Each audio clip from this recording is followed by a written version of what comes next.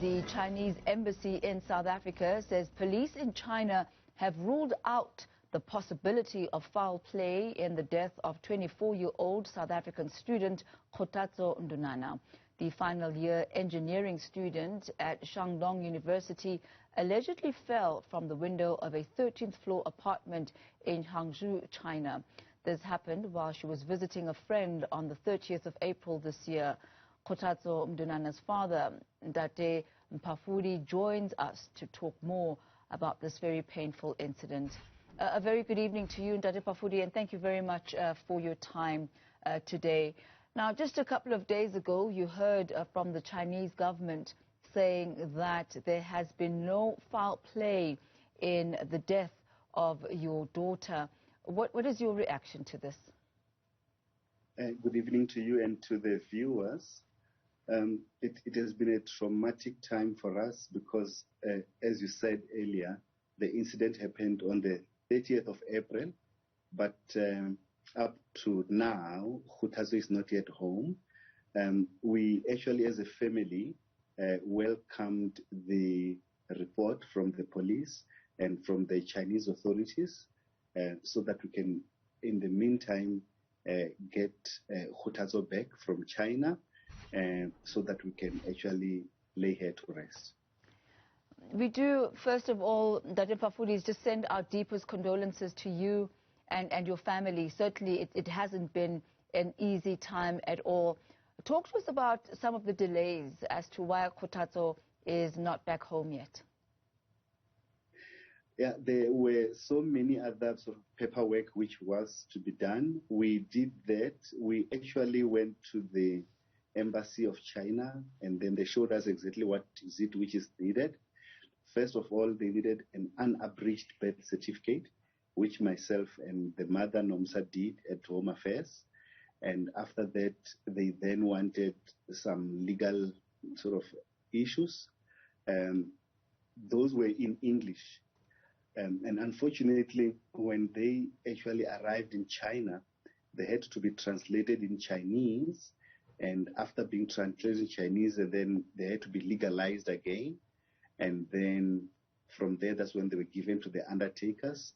And that's when everything sort of started moving. Another issue was that the flights were full from China to South Africa. But for now, we got a flight on the 4th of June, and we're expecting Kgothatso back on the 7th of June. Let's backtrack a little bit, Ndate, and talk to us about how you found out about your daughter's passing. Yeah, it was on Friday, the 30th of April. We received a call from the roommate, from Kgothatso's roommate at Shandong. All of a sudden, I was like teaching at that moment in time, and I had to pause to get this call because everyone was like calling me at the same time. So I thought there's something serious here. And then she then told me that Kgothatso has passed on. And then I just stopped the lesson and I wanted to sort of interview her more about why is she telling me that, how does she know, and stuff like that. So at the end, it was then confirmed by another friend who then called the mother to relay the same message. As far as what the authorities are saying, that there's no foul play, your daughter fell from the 13th floor of a building while she was visiting a friend, is there rest within your heart that this is indeed the case? We discussed it as a family, and we decided to accept that reasoning, that report from the police. However, we then spoke to the Chinese embassy and authorities that is there a possibility that perhaps we as parents, we can visit where she last had her last breath? And then they said, okay, it's fine. And they will then sort of help us with visas. The only hurdle which is left is the quarantine, because we need really, as a family and as parents, to travel to China to sort of talk to the friend, especially whom she had visited, and to talk to the other people and to talk also to the police, just to find out exactly what happened. We accepted that it was an accident, and that so that she can be brought home. But sometime in future, I will be going together with the mother to China to sort of find out on ourselves and to interview people, just to have that peace of mind and to have the real truth, exactly what happened. Because somehow we sort of feel that there's more to this than just an accident. However, we have accepted the report from the police. And what type of assistance have you been given by DIRCO and the South African government? DIRCO helped us to actually link us with the service providers in China and also in South Africa, insofar as bringing Khuti home, repatriation, the remains back home. But there was no financial help. I must mention that, in fact, when we were busy with the Chinese embassy, they actually helped us also financially. That is the Chinese embassy, not the South African embassy, though. One thing that happened during the early stages when you found out about Kgothatso's death, the amount of money that was needed to actually bring her back home was quite astronomical, amounting to around, I think the family said you needed about 350,000 rand. Talk to us about how you have managed to raise that money.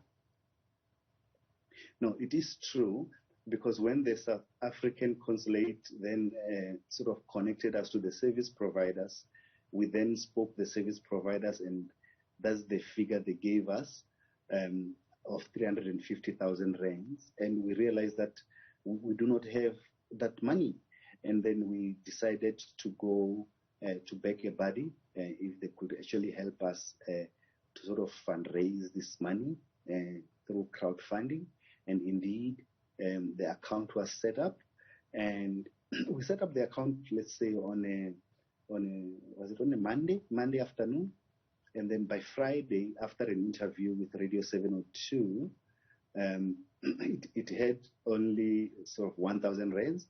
But on that Friday, when I had an interview with 702, it went to 80,000 rands. And by Monday, we actually had gone to 540,000 rands on the same, like in 4 days. So we had actually raised more than what we had asked for, because we only needed money for repatriation. That's amazing, Ndate Pafudi, South Africans just coming together, and perhaps, maybe other people from outside of South Africa just coming together to assist the family, now in a position where you actually even have more than what you have needed. What is the next step forward for you and the family now that the report has come out from the Chinese police as well as the government, and now that the funds are readily available? What are the next steps for you? I think what we now are concentrating on is to lay Khuti to rest. We are, of course, waiting for her first to arrive in South Africa. And when will this be, sir? It can probably be on Monday, the 7th of June. And then we have planned to then have a memorial at St. Stephen's College on the 10th of June, and the funeral on the 12th of June. Yeah. If you can allow me, ma'am, to sort of go back a bit in terms of Beg a Buddy, I just would like to thank everyone. It's not only South Africans, but we had people from around the world contributing to the fund, and at the end, when it was closed, it was on 615,000 rands, and there were anonymous people who contributed, and there was Patco Bars which contributed. Those are the sort of the big amounts which I'm talking about. So for now, we've got the funds, we've paid everything to the undertakers. We're just waiting for Khuti to come back home, and then we lay her to rest. Ndate Pafudi, when one travels, one never thinks that they're not going to be coming back. What are perhaps the lessons that you have learned as a family, or the observations having gone through a process such as this? How would you advise those who are traveling outside of the country, whether they're going on holiday or whether they're going on as students rather, to make sure that should an eventuality of this nature take place, that they don't find themselves in a fix?